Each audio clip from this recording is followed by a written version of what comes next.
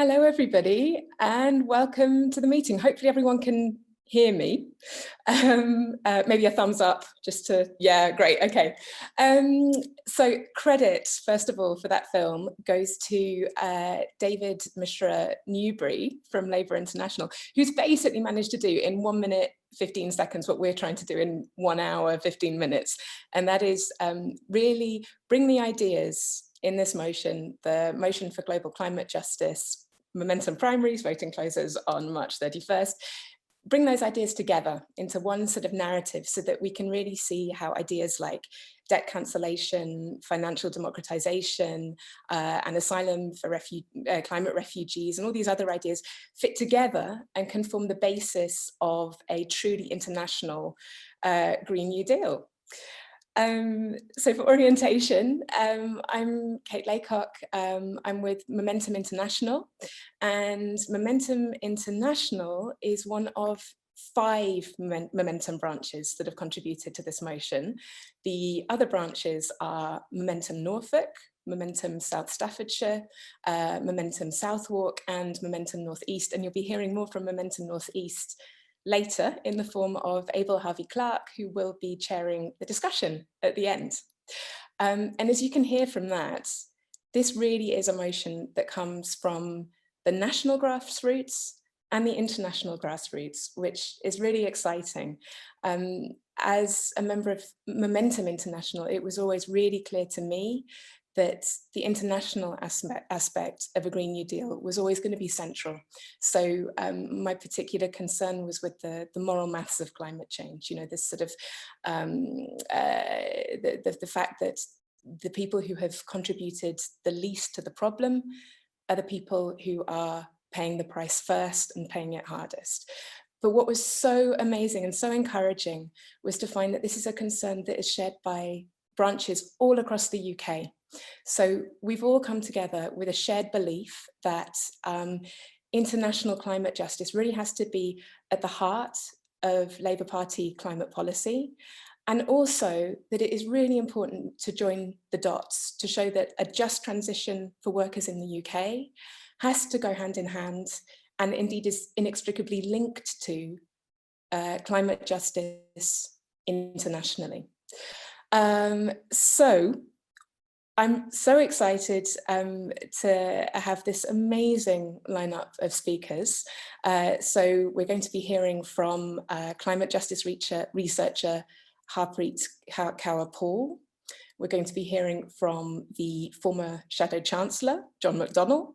We're going to be hearing from Bhumika Muchala from the Third World Network and from Ben Selby from the Fire Brigades Union. And each one of those speakers is going to be unpicking a particular thread in this motion and really sort of making it come alive for us. Before I hand over to our first speaker, however, just a quick note on housekeeping. We will be recording this session. So if anyone is not comfortable with that, please feel free to turn your cameras off. That's absolutely fine. The chat is open. So I know that some people have already started to introduce themselves and say where they're from. That's fantastic. Please, please, please do that. And also you can use the chat to post any questions that you would like us to pick up, like able to pick up later on for the discussion part of the event. And of course, as always, please keep it kind, please keep it comradely. Okay, in that case, it is with great pleasure that I am going to hand over to Harpreet. Harpreet Kaur Paul is an organizer, she's a human rights lawyer, and she is a policy and advocacy strategist.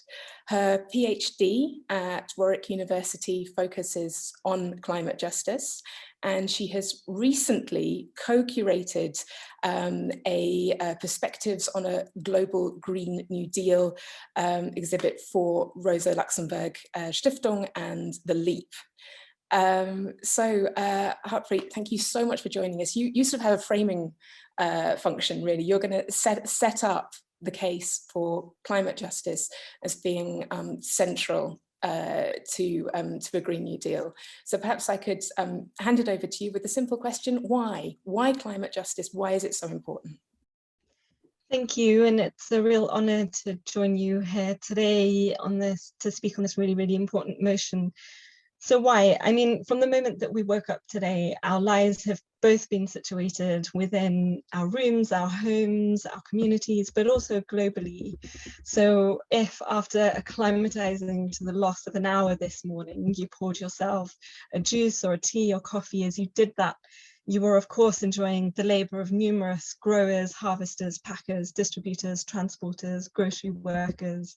And if you're a tea person like me, it's possible that the tea leaves were enjoyed, that we enjoyed, were grown by communities in Sri Lanka that work often in modern slavery conditions on plantations, that in some ways echo past practices of indentured servitude instilled during British colonial rule. If, like me, you then reached for your phone, you would have grabbed a product that spans places like the DRC, where the minerals and metals in our batteries have been mined by workers, including children, in dangerous conditions. Southeast Asia, where the tiny micro components of our phones were put together, often using dangerous chemicals and often by precarious migrant workers, sometimes working in debt bondage conditions. And all these things then later get shipped to factories where we get our phones and laptops put together. And often these are places with unpredictable working hours for workers, repetitive work, restrictions on organizing, and exploitation of migrant workers, and a real climate of fear in these workplaces. So how are these broad global justice issues relevant to climate change? So it's firstly the same business-friendly trade and investment practices that turn a violation to workers' human rights and environmental degradation and pollution that also continue to apply to the building of green infrastructure. So at least 43 miners died in the DRC in 2019 when an industrial copper and cobalt mine owned by Anglo-Swiss mining multinational Glencore collapsed. And cobalt is currently a key material for electric car batteries. Workers' rights monitors have also reported long hours, poverty wages, union busting in solar panel assembly lines as well. So it's really brilliant to see that this motion calls for meaningful accountability for corporations that fail to uphold human rights and protect the environment. From an emissions perspective, a lot of carbon has also been spilled across continents to bring us the things that we use and consume every day. The UK says that it's reduced something like 41% of greenhouse gas emissions between 1990 and 2016 within the UK. But once you include consumption-based emissions, so you add the large share of emissions relating to the goods and services imported from overseas, that figure reduces to 15%. That's a shocking lack of action on climate change, given the UK's outsized contribution to the climate crisis. If you were going to take a fair share of responsibility approach to saying how much the UK should reduce CO2 and other fossil fuel emissions, other greenhouse gas emissions, then we would be looking at rapid decarbonisation as soon as possible, ideally by 2030, and supporting countries that have done very little to contribute to the impacts to decarbonise and adapt to impacts that are now inevitable and repair unmanageable ones. And of course, this transition has to be fair to communities that are facing pandemic-related hardship and decades of austerity in the UK, and this motion calls for a phase out of high carbon industries with a just transition, support workers organising in unions, in global supply chains for a socialist Green New Deal, and for government funds to be allocated to improving well-being for many. And this motion calls for a future stimulus and bailout eligibility to be linked to climate action and a just transition for workers. But fairness is also required globally. Between 1850 and 2002, countries in the global north emitted at least 3 times as many greenhouse gas emissions as countries in the global south, where approximately 85% of the population resides. And the average person in Britain emits more carbon in the first 2 weeks of a year than the average per capita emissions from Rwanda, Malawi, Ethiopia, Uganda, Madagascar, Guinea, and Burkina Faso combined. And despite contributing more to the problem historically and continually, we're also relatively insulated from impacts. So, and this is both because of the wealth that we have at our disposal, but also our geography. So yes, we're experiencing more flooding, warmer temperatures, coastal erosion, but storms like cyclones Idai and Kenneth that hit Mozambique in 2019 flattened Beira, a city with a population the size of Manchester. Mozambique said it needed $3.2 billion to recover, and in practice, the IMF agreed an emergency loan of just over 100 million. Mozambique is the 6th poorest country in the world and highly indebted. Its history is rife with Portuguese and British colonial interests, forced labor, forced crop cultivation, high taxes, low wages, land seizures. The average person in Mozambique emits roughly 20 times fewer CO2 compared to us. Foreign loans have supported the expansion of coal and titanium mines, enriching the agribusiness industry, investors, and in order to pay back these loans, the country has had to force extreme austerity measures, so larger and larger proportions of its income going to pay these loans. And that means there's very little left for social security, an essential component to deal with crises, whether health or climate. And that's why I was also really heartened to read that this motion calls for cancellation of all low-income country debt and to stop UK courts from prosecuting countries who stop debt payments. This motion also calls for accountability for our broken banking and financial system, and that is also really essential. To continue to use Mozambique as an example, Jubilee Debt Campaign reported an aluminium smelter in the country enriched the UK, who gained over 88 million in interest payments on its loans for this smelter. And there are various other loans and instruments like that to name. There's a major liquid natural gas reserve with companies like BP and Shell competing for assets in the country, and a climate where banks in the UK like Barclays and HSBC are bankrolling these endeavours. These two banks alone have contributed over 150 billion since the Paris Agreement was signed in 2015 to support fossil fuel industries. Communities living on these reserves where natural gas is being fought for have been forcibly displaced, often with insufficient compensation, without then access to other decent work, removed from their land, and faced increased militarization and conflict. They also cause a lot of local environmental devastation. And so this motion, it's brilliant to see that it also calls for better links with indigenous groups, trade unions, and groups resisting ecological assault. And of course, it's also calling for halting fossil fuel subsidies. And the IMF estimates that fossil fuel subsidies in 2017 globally were about 5.2 trillion. And that sum could support the scale of action that we needed for a just transition for the many. And finally, the impacts of climate change are already eroding villages situated on rivers in places like Bangladesh. Climate change is already turning previously nutrient-rich soils into desert across continents. It's bringing salt water, ruining crops, polluting drinking water, threatening the habitability of low-lying islands and deltas. Parts of Asia are already experiencing deadly heat waves. And I've also already talked about the regular and strong storms that are hitting countries like Mozambique.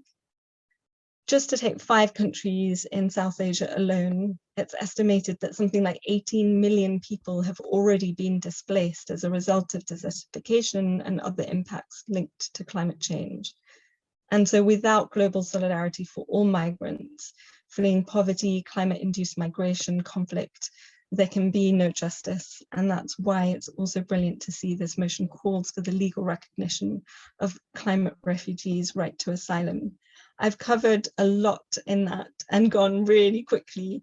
There's more information in the publication, to give that a plug, that Kate kindly referenced in the introduction, but hopefully that gives you some framing as to why this motion is so, so important in our fight to decarbonise the UK fairly for communities here and justly globally too. Thank you. Thank you so much, Harpreet. It's wonderful to have you set up the issues like that. Really fantastic. And then it sort of falls to our next speakers to really sort of unpack the toolkit that we have for addressing that you referenced there. So it is with great pleasure that I am going to introduce John McDonnell, former Shadow Chancellor, and of course the architect of the economic thinking underpinning 2019's Green Industrial Revolution strategy. John is known for being a stalwart supporter of grassroots democracy, and as a result he gets, I think, invited to quite a lot of meetings. But John, we really wanted you to know how much we particularly appreciate you coming and supporting this one, because when we were drafting the motion, we were all of us very, very conscious that it was your legacy that we were building on, and that's also generally, but also in particular reference to ideas like, for example, the idea of delisting companies that fail on climate action. So perhaps I could leave it there and hand over to you, John McDonnell MP. Thank you so much. Thanks, Kate. Thanks. Harpreet's introduction was just superb. It's just so comprehensive as well. I know we put the report in the chat, but maybe Harpreet could also circulate her notes that she used for that, largely because I want to plagiarize them, Harpreet, basically in future speeches. Okay, I'll accredit you. Okay, I promise. Just on the Mozambique issue, I and my Treasury team, we met with a group of women from Mozambique, and they had then were hit by, if you remember, it was the first really savage floods that were affecting their country.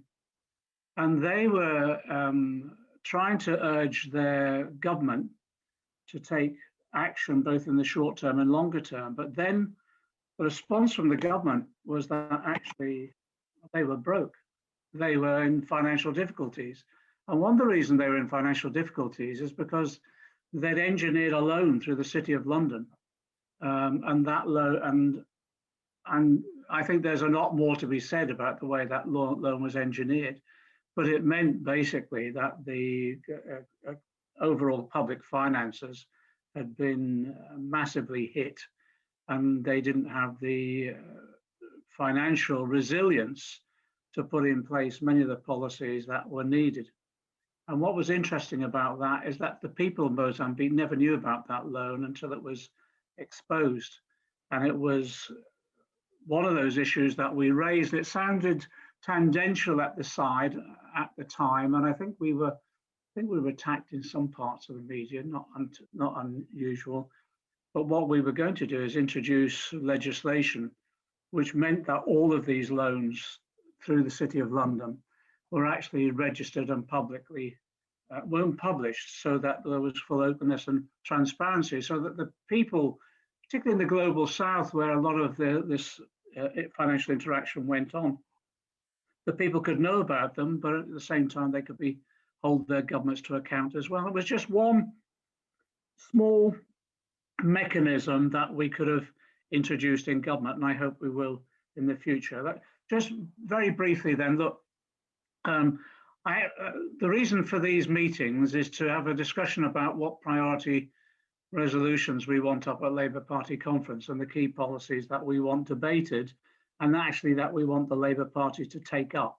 And it's not just about continuing on past manifesto commitments. Actually, often we need to be much more radical than that, and it's moving the whole debate on. And that's what this motion does. And I think there's a number of reasons why it's critically important. One is obviously because of the existential threat of climate change, but also the Labour Party has to be relevant to this issue. And the reason it has to be relevant is that because if any party that wants to go into government has to demonstrate it can make its contribution to tackling climate change.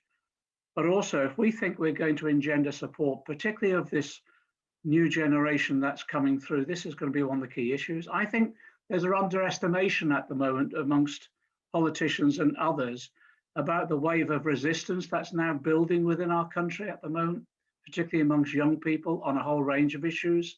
And they're motivated because actually they feel angry about the way that they've been treated under the years of austerity, but also a sense of anger about the way in which they're being threatened by, their very existence is being threatened by the inertia of current governments.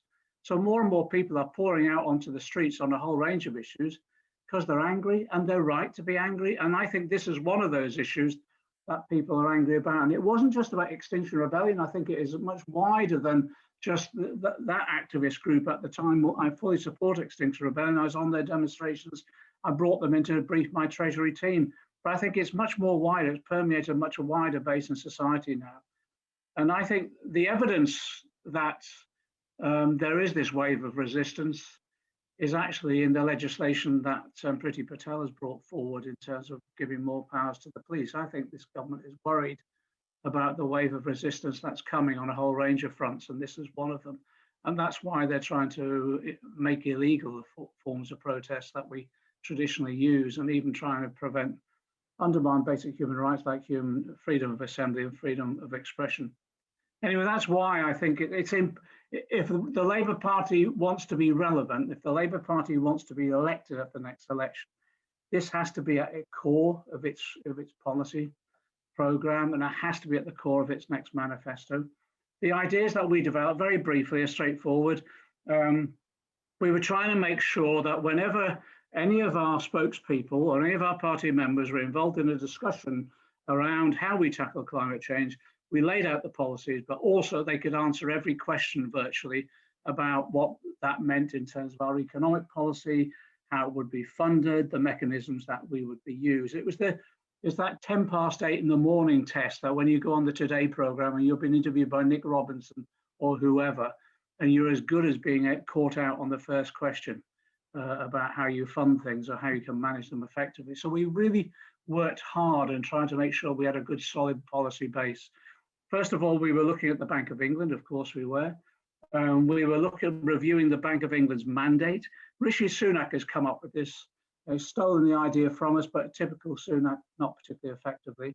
And we were looking at the overall mandate of the Bank of England, so it was democratically determined, and it would include tackling, employment, inequality, and of course, climate change. We were then looking, what did that mean in practice? And we did a fairly significant report by Graham Turner about how credit ratings could be determined, about how money is lent and how it's allocated, and on that basis given a weighting to those policies or those loans that were going to tackle climate change itself.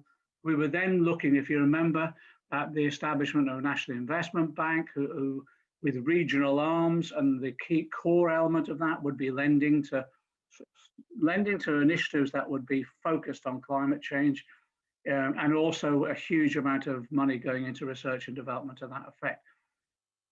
Alongside that, we were also looking at, these are all sort of incentives and directions that we need to take, but on top of that, we had to introduce some element of discipline into the market as well. And part of that was about, what about those companies who actually are still continuing to invest and develop fossil fuel dependency? And one of the ways we looked at doing that was actually bringing forward, I tried this when I was on the back benches, so it was so much better trying to do it as Shadow Chancellors, bringing forward legislation or amendments to the finance bill at the time, in which we set out a range of criteria by which any company that wanted to be listed on the London stock market would have to abide by certain practices. And that included demonstrating their role, not just in moving away from fossil fuels, but actually positive policies to tackle climate change. It also was linked, we linked it to human rights as well, and that included the rights of indigenous people, it included the trade union rights. Again, it was also abiding by international conventions as well, particularly in relation to the environment. And we thought we could put that structure in place relatively quickly to enable us to really make an impact rapidly. And at that time, you know, the net zero by 2050 was the discussion that was taking place. We all know that's just not realistic anymore. We're not, if we leave it till 2050, the next generation are not going to be here, to be frank, in this. And so therefore, that's why everything we were doing was introduction of legislation at pace, the rapidity of implementation of all these policies, and trying to get action in government from day one so that we could bring that date forward to 2030. Linked to that was, yes, of course, we can undertake this work in relation to our own economy, of course we can, but also linked to that, some of you may recall, we did an international social forum 2 years ago in which we brought together a various range of representative social movements on the environment from across the globe. I found it one of the most interesting and exciting meetings I've been at. And we were basically asking people, what did they think? What were the policies that they thought we should pursue? And it was very straightforward, really. It wasn't just about a debt jubilee again. Yeah, cancelling debt was part of that, of course it was. But actually then it was trying to play the role in terms of the international discussions about the international institutions and the reform of those institutions, the IMF, the World Bank, and the UN. It was interesting that the focus was on trying to build up the UN as much more of an intervener on all of this, on constraining the role of the IMF as well as the World Bank. In the context of that, I think we should be straight with people. The UK has a very unique role because of the role of the City of London, but also because of our colonial history. So we might as well call the work that we do on all this, there's a debt cancellation, global institution reforms as part of the reparations that we owe the global South as a result of that colonial history. So that was the agenda we set. I have no doubt at the moment that the current leadership is equally committed to tackling climate change. What we've got to do now is make sure we have that thorough debate within the party at Labour Party conference as the sovereign body, policy-making body, and spell out again a number of these mechanisms that we need to install into the next manifesto, of course. But I think must probably go much further than that, particularly with regard to the relationship with the global South and the reform of international bodies and the issue around debt cancellation and those elements of it at scale that we need to undertake. But it is also, I think, not just winning something at conference or waiting for the next manifesto. It's actually making sure that the Labour Party itself becomes a campaigning organisation, part of a much wider social movement on the environmental issue, so that we're part of the persuaders for action at every level. At the same time, recognise we might not be going into government for a couple of years yet, but actually there's lots more that we can do, particularly where we are in control, particularly local government through community wealth building and other aspects of the work we can do in the meantime. Final point is this. Sometimes waiting for an election is like waiting for Godot. I think the Labour Party should be part of the process of direct action that needs to take place as well to make sure that people understand the significance of this issue. Thanks, Kate. Thank you, John. A fantastic note to end on. And a quick reminder that if anybody has any questions that they would like to put to John or to Harpreet, please do use the chat, because we will be sifting through and Abel will be picking up on those later. So thank you very much, John. The economic sort of theme continues. Our next speaker is Bhumika Mochala. Now, Bhumika is an advocate, activist, and political educator in global justice movements at the intersections of economic, social, feminist, racial, and climate justice. She is the senior policy advocate for global economic justice at the Third World Network, which is a global South activist network that campaigns on equity and systematic redress for the Global South in climate, trade, and economic policies. I'm really glad I had that written down. Bhumika, thank you for joining us. We have, in the framing of our motion, we have said that we believe that debt cancellation is essential to achieving climate justice. So perhaps I could hand over to you and ask you to explain why. Why is it essential to achieving climate justice? Hi, thanks for the introduction. I'm so happy to be on this panel. This has been really fantastic, especially listening to the two previous speakers. So I think I'd just like to start with a basic framing of there is no such thing as a national Green New Deal. I think most everyone in this audience is familiar that for a Green New Deal to work, it has to be global and it has to be just. No country or region exists in isolation. Our world is interconnected and interdependent through trade, human capital, and climate flows on every level. But I just also wanted to point out that a national Green New Deal carries a risk of, really imposing green colonialism at worst, and at best an amoral go-it-alone stance. But when we talk about a globally just Green New Deal, it has to be in the consciousness that economic justice in the form of systemic policy changes and not just one-off actions or transactions is necessary. So I'm so glad that the MP brought up reparations and historical responsibility, and that these sorts of changes have to be rooted in reforms to the global economic architecture, financial policies on the foundational level. So that would then address that the ecological collapse we are experiencing through climate change is the direct result of an unequal social contract in which, historical inequalities shape our current social and economic relations.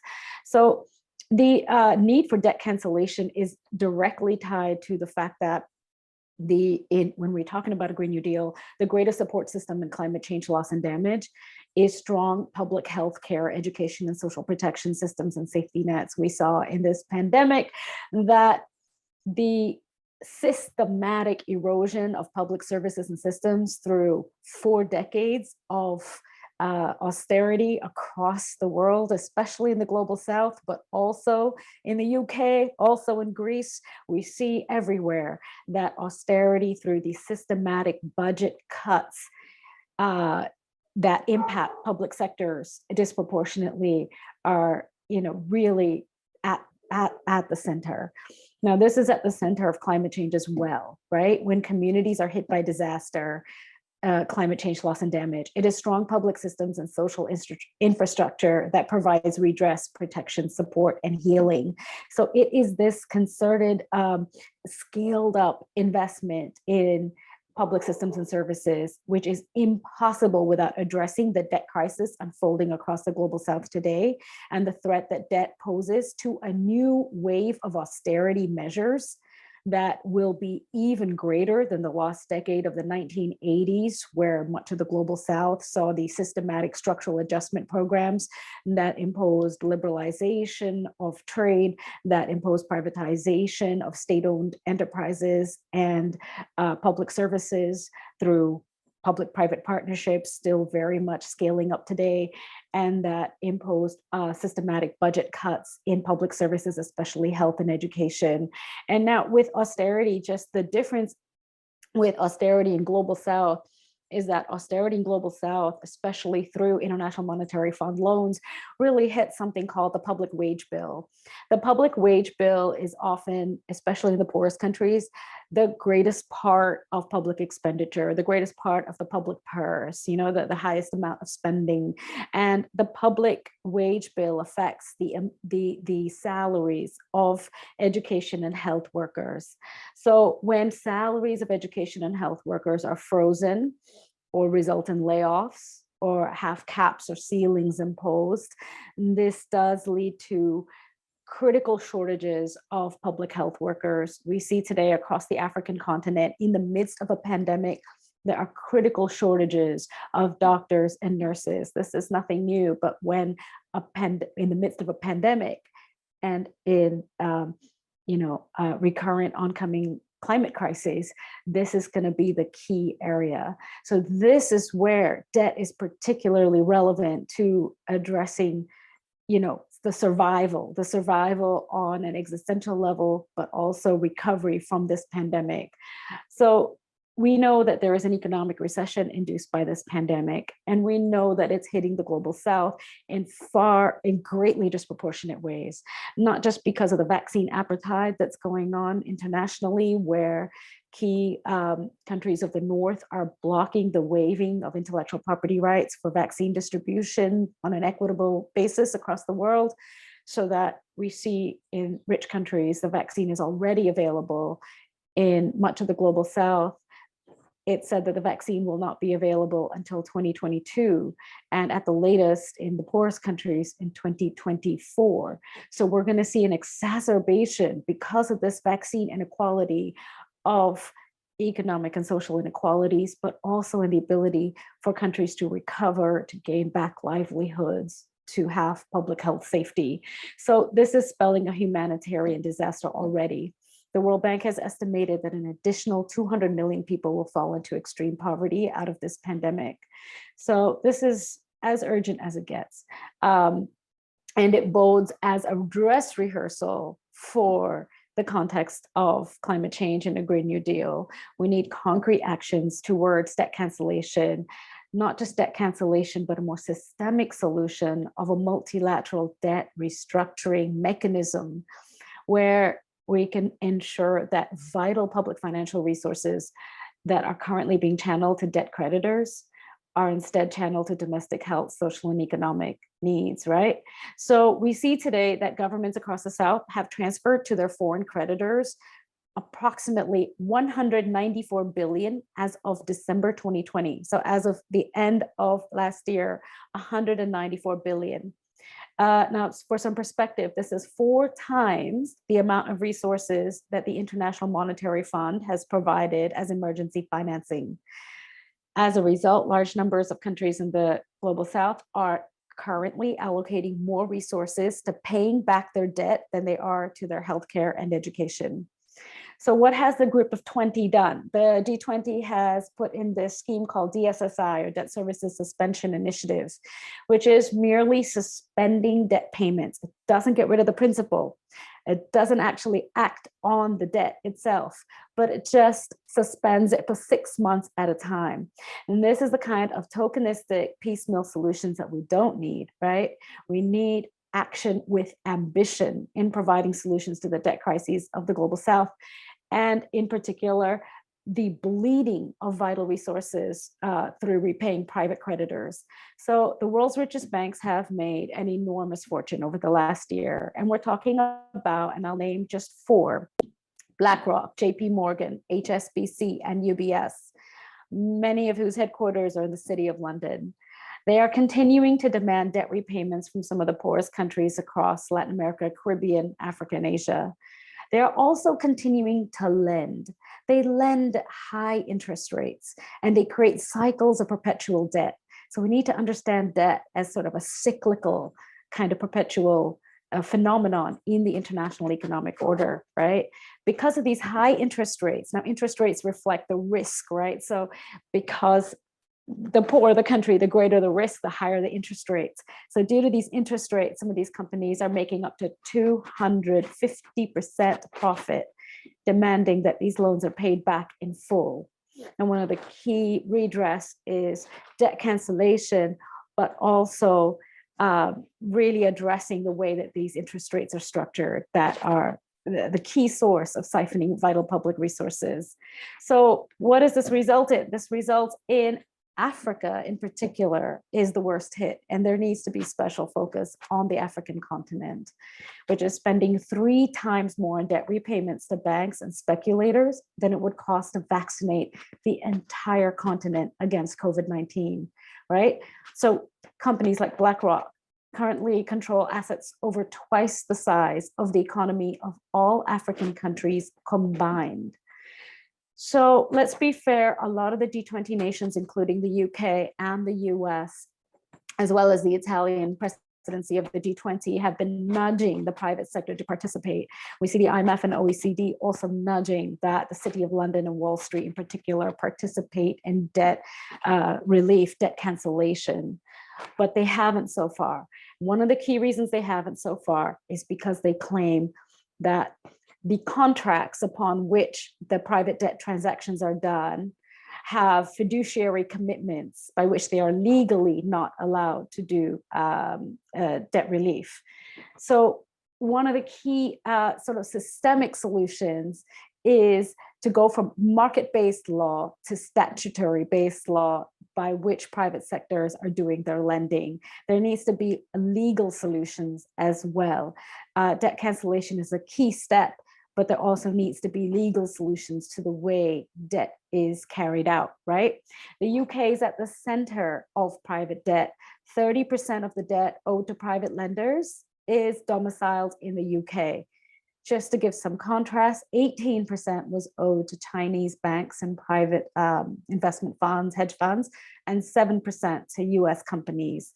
So we see that a lot of the UK banks are at the center of this. And we see credit rating agencies, which I'm also thankful the MP mentioned, credit rating agencies are at the center of this debt injustice, because credit rating agencies control the way, they have a huge influence over the way poor countries act. So even some of the countries such as Zambia and Chad, for example, who are eligible for debt suspension under the G20's measly initiative, they still haven't actually done it. They still haven't actually even asked for debt relief through the G20 because they are worried about a negative credit downgrading by the three biggest monopoly credit rating agencies, Fitch, Moody's, and Standard & Poor.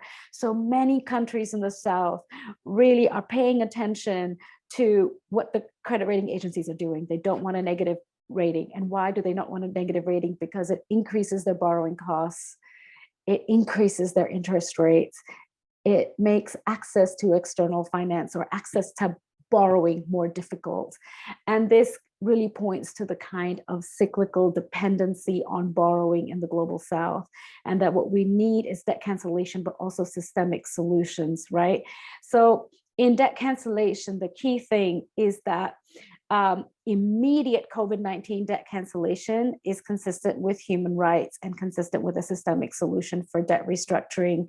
It's important that it be granted to all countries in need, and that the assessment of need is done with respect not to macroeconomic indicators, but to the need for health and economic recovery, the need for fulfilling economic and social rights in those countries, so that the assessment has to be based not just on macro indicators and technical assessments, but also on actual human, economic, and social rights.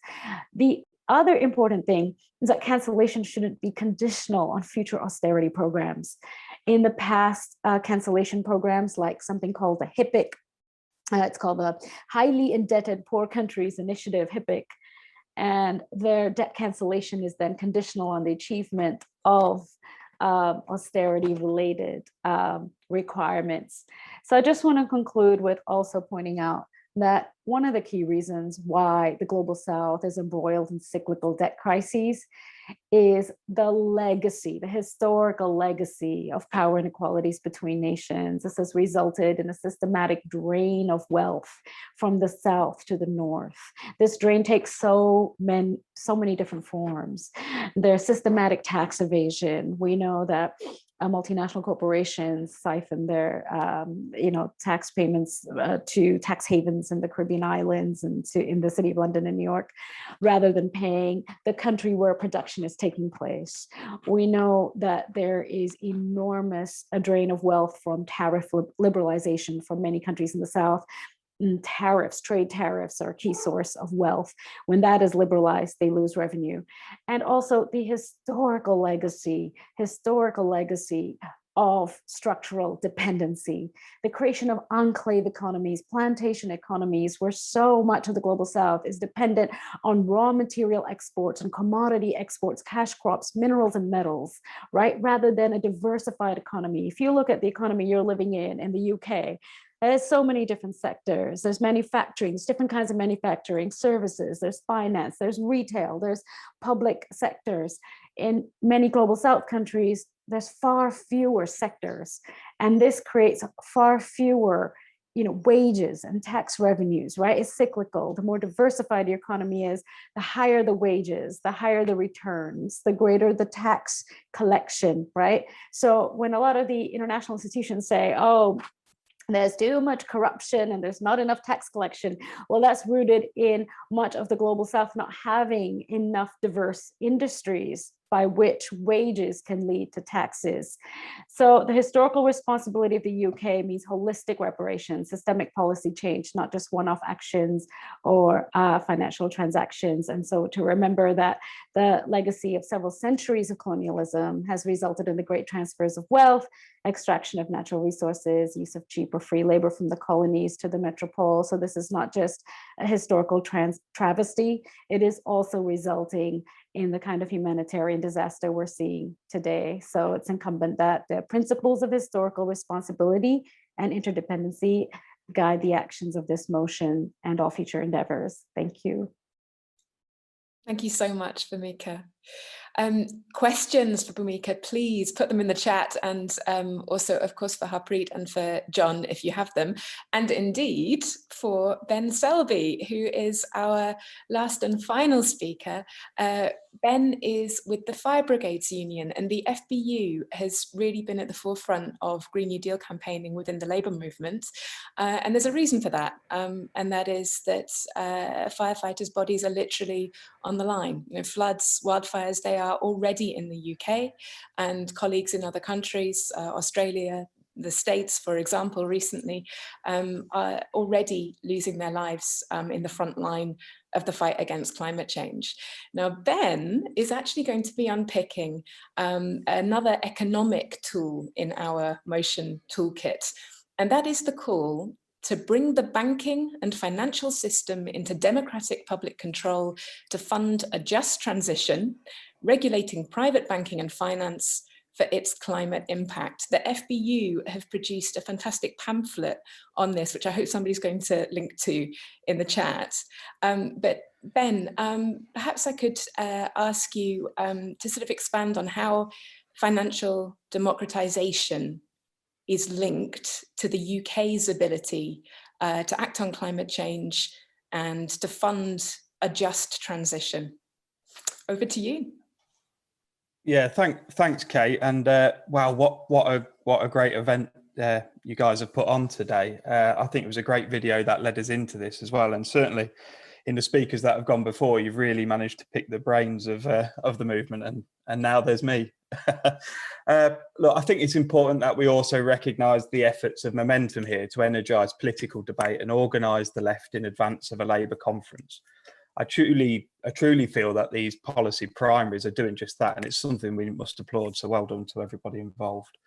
There are people, and Kate, you've highlighted it, why we're involved, but there are people that question why the Fire Brigades Union, my union, the FBU, is active and involved in activities around the climate movement. And it is quite simple, really. As you've put it, in my industry, the fire service, it's an industrial matter.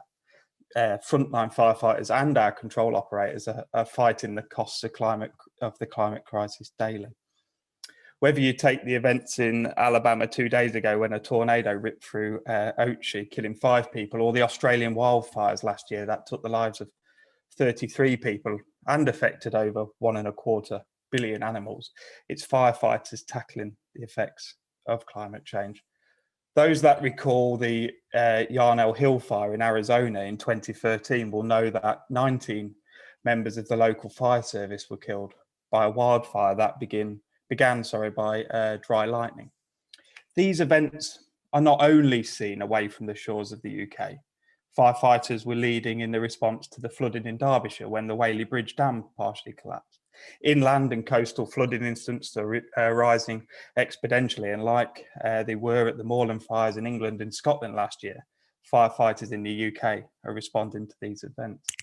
So it's therefore short-sighted in its approach that whilst we're tackling climate change, and whilst it has intensified in the UK, firefighters' numbers are being slashed over the last 10 years by 11,000. Austerity is undermining fire service resilience. The COVID pandemic, as it's been mentioned already, an observed threat, has shown the levers of the state are required and most effective at responding to crises. The Fire Brigade Union has and will continue to push for commitments to invest in fire and rescue services, flood defences, and the commitment for mandatory building standards, all of which our members do value greatly. At the Labour Party conference in 2019, it was the FBU alongside Labour for a Green New Deal that passed an ambitious motion that it was incorporated into the subsequent Labour Party manifesto. I mean, John's spoken about some of that already, but it called, inter alia, for the path to net carbon emissions by 2030 with public ownership and workers' rights at the very heart of it. And that for us is really, really crucial. It makes me angry that the Green Economic Recovery Plan published last year by the Labour Party falls short now. It reneges on the key tenets that unions and activists fought for just over 1 year ago and backtracks on the 2019 manifesto. It will be no surprise to those here at this rally that yet again, the under new leadership Labour Party cares not for our democracy. The publication makes no mention to repealing any of the anti-trade union laws, but makes a weaker dumbed down pledge for decent jobs. So without apology, I want you to point you towards the FBU resolution submitted to these primaries named Unshackling Workers from the Draconian Anti-Trade Union Laws. That again is something that we must be pushing alongside this on the agenda. Again, the Green Economic Recovery Plan makes no commitment on public ownership, and that is despite Keir Starmer's tenet during his leadership campaign. We must not, comrades, retreat from the socialist policies, including the ones we fought for within the Socialist Green New Deal.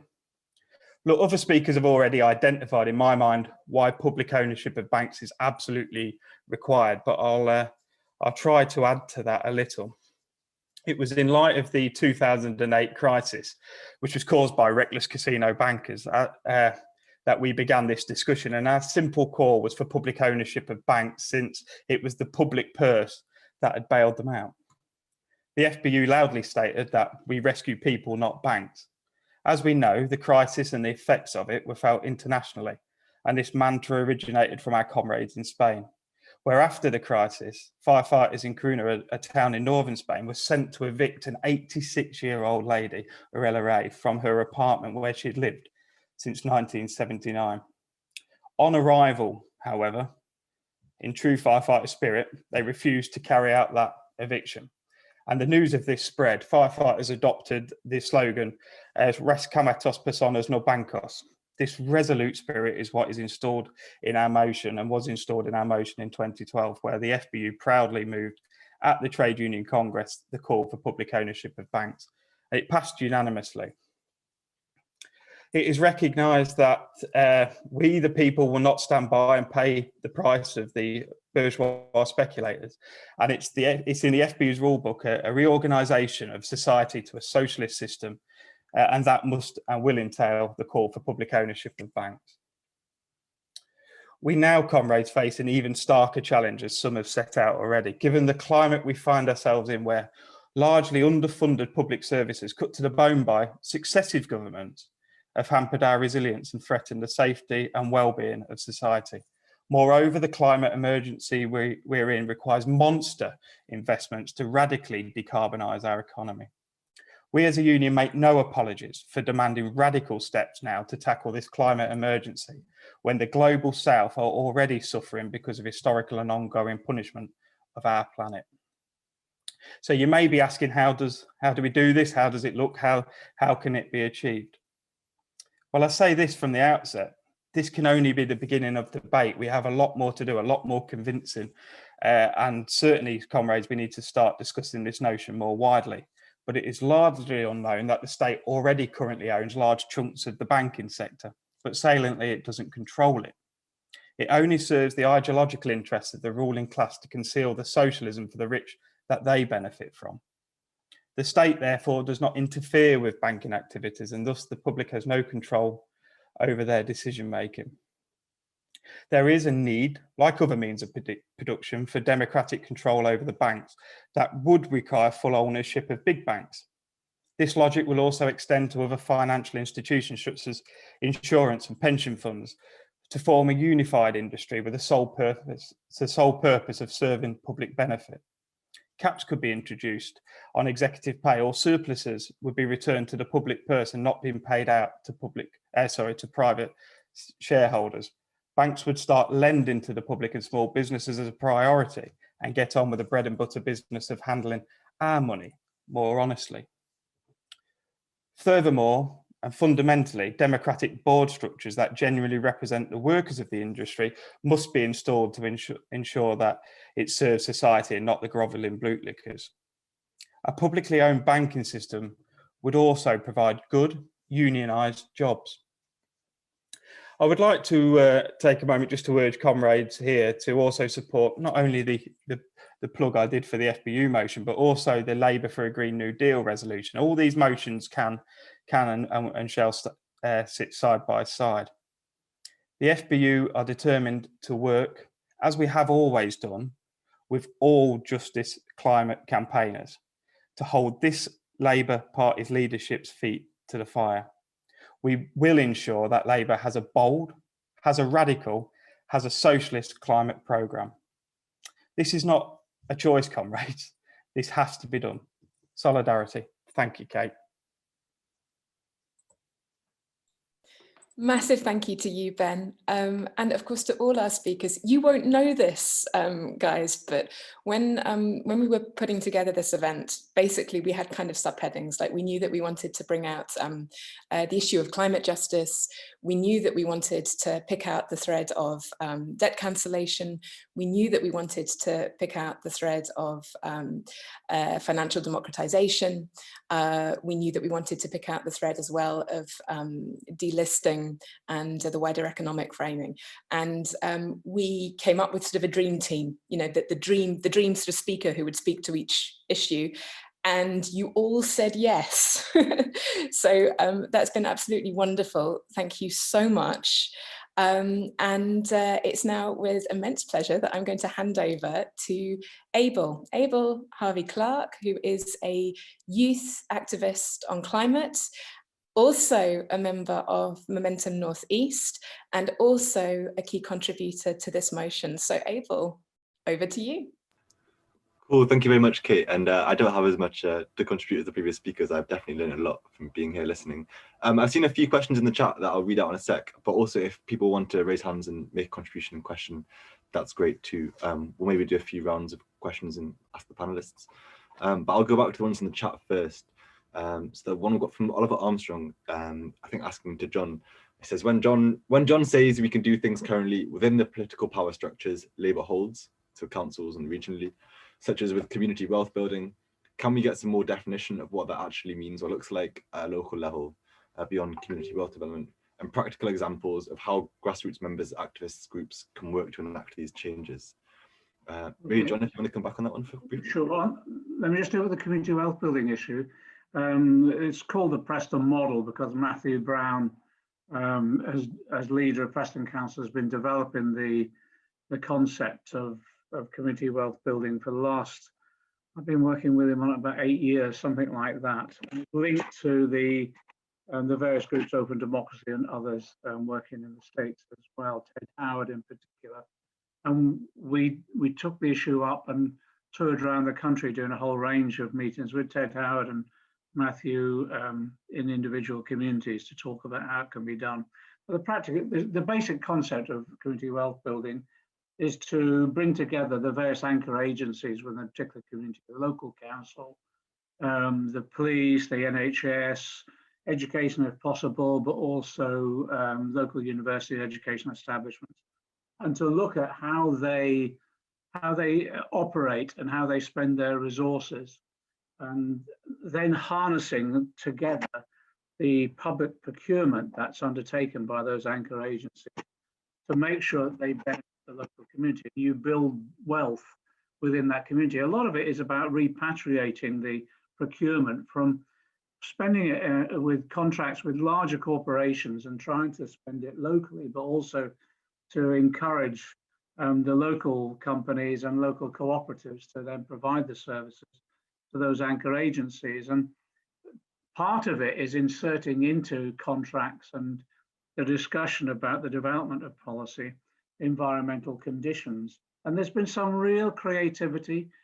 For example, in the supply of food to the individual anchor agencies, development of local food production and local food cooperatives, so that you're actually then developing both in terms of the quality of the food, but the harnessing of the local environment, and at the same time providing good quality food to at a reasonable price. But also you're linking that therefore to paying decent wages and recognizing the trade union movement representation within that particular company or cooperative. That's just one example, but what's happening now in Lancashire, Preston have brought together other local authorities now, and they're looking at the development of their own regional bank, drawing upon the various pension funds, local government pension fund in particular, and then using that then for looking at investments in alternative energy sources within their particular area.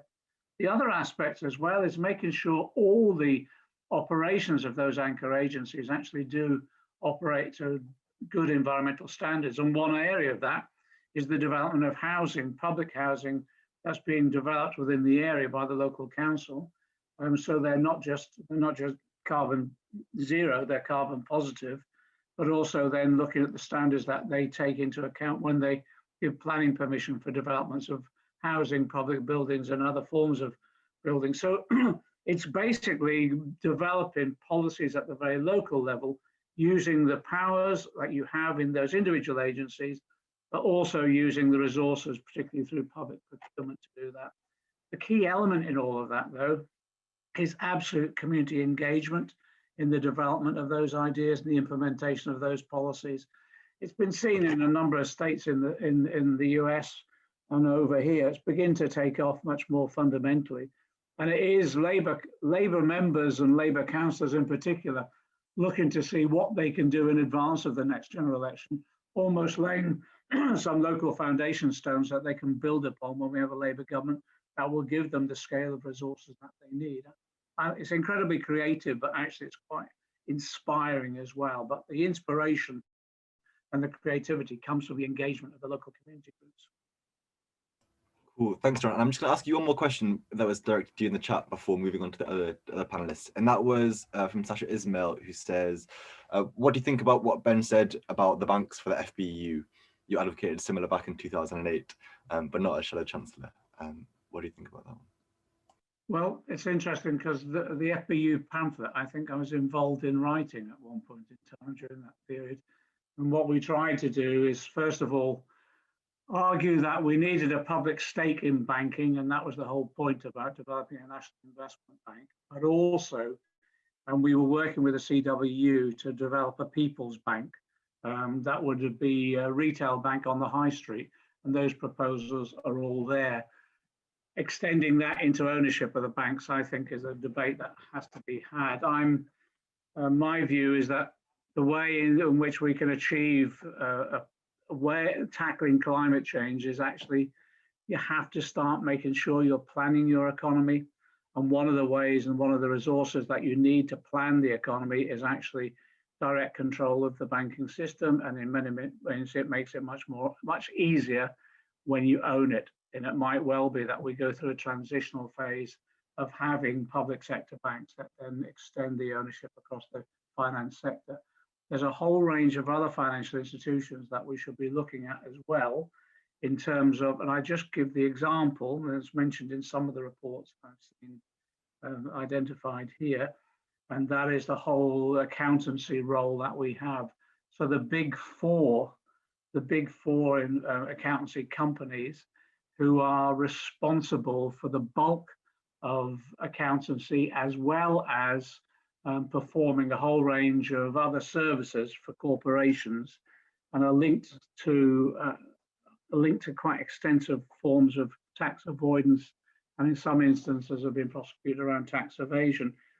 I think that's an area now that we need to look at, and we produced a report which was basically re-establishing the state as the auditor, because a lot of the audits that go on at the moment, particularly local government, have been privatized.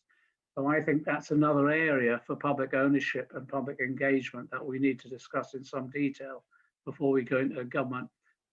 Prem Sikka, who we put in the House of Lords, particularly to lead on all of this, has done a whole range of significant reports around regulation and the extension of the public sector now to reclaim regulation as an activity that the state should be undertaking rather than some privatized organizations that are open not just to making large amounts of profits, but actually open also to high levels of corruption too. Cool, thanks very much, John. There's a more enthusiasm in the chat for further debate on these topics, which is what we're starting here, but I'm sure we can take forward. Next question I'm going to ask is from Richard Cronin. I'm going to ask Harpreet to come back. Richard says, the current government is promoting nationalism regarding flags, and surveys show the population is not in favour of the government sending aid abroad. How do we build international solidarity to enable a Green New Deal, an international Green New Deal? Really important question. I just wanted to add to the community wealth building conversation too, that there are public authorities, particularly higher education authorities within the UK, leading on embedding human rights criteria in procurement. So that throughout the supply chain, there's more transparency and compliance with International Labour Organization standards, environmental standards, and that's resulted in huge improvements, including migrant workers from Burma to Thailand receiving an unprecedented compensation recently, toxic chemicals that had been used in a factory in Indonesia being replaced with different chemicals. So in this moment, in place of being able to structurally change the IMF, the World Bank and the WTO when we're feeling as we are within our movements, within the political space, I think procurement and procurement accountability to international standards throughout supply chains can play a really important role here too, and connect the notion of community wealth building to include that interdependence and interconnection globally as well. On this question on nationalism, to quote a US union organizer, Jane McKelvey, I think there are no shortcuts. We need to organize in our communities, and we need to show that when we come together across our different identities, and whether that's within our unions or community organizations or campaigns, that we can come together and win demands here for communities that are marginalized, and in that process connect, frame and call for wider global solidarity, and connect how injustices here are related to injustices everywhere. And I think without and I'm sure I'm speaking to the converted here, and you all have participated in the international committees of your unions, but I think without that really localized action in communities and taking power back within all the different spaces in which we build our lives at work, in the neighborhoods, in the schools, we really won't be able to push that tide. And I think, when thinking back to 2008, a lot of local authorities were asked to take out interest rates at high interest rates within the UK. While private banks were being bailed out, local authorities were told to take out market rate interest rates. And I think connecting the ways in which that type of financial policy impoverished single mothers in Newham that were suddenly not able to get access to housing in the places where they had communities and lived, and how that is connected to global injustices is really, really crucial. But unless we're engaged in those housing struggles, and unless we're engaged in the international committee work of our unions, in our local communities, when conversations spur as they do around air pollution and race, that we're not going to be able to turn this tide. And so there are no shortcuts. If you're interested in Jane's work, she will be running with Rosa Luxemburg Shifting Organizing for Power workshop trainings if you're interested in growing that part of your kind of organizing and movement building work too. Cool, thanks so much, Harpreet. I'm just going to do one last round of questions because I know it's time's running on and I want people to enjoy their Sunday evenings. So the question in the chat from Kate, which is, can a just transition for UK workers be separated from international climate justice? Is there such a thing as a just transition within one country? I'm going to come to Ben on this one, if that's all right. First up, thanks. Take it away. Thanks, Abe. Well, I think in truth, the answer is no. I think we must look at how we need to look certainly at how we organise better beyond our borders to tackle this issue and actually many other issues that surround the kind of workers' movement. I think one thing that I find horrifying at present is the attacks on our democracy and our abilities to be able to organise and take action against the decisions of our government. And part of the kind of response that we have as a union and the organisations through our unions have is that we must be able to organise in solidarity as well. And that has to sit front and centre to this. And that must mean that an injury to one is an injury to all. And as we always say, but I do think that is certainly the case. Just before I finish, Abe, I'll just come back on something John says, because I do support it, that there probably does have to be a transition from control to ownership. But it then opens up another question, doesn't it? And I think John will agree, is how quickly that transition can happen, because we need to be honest that I don't know how much time we have in being able to promptly respond to this emergency. So thank you. Cool, thank you, Ben. And I'm sorry, I know there's more important questions in the chat about ecofascism, about fiscal credibility, and I see Cav with a hand up, but I think we are going to wrap things up here because it's getting on Sunday evening. But I hope this is motivation for everyone to continue having these discussions and beyond the policy primary. As has been dropped in the chat, voting closes on the 31st of March, but I'll pass back to Kate now to wrap up. Thanks.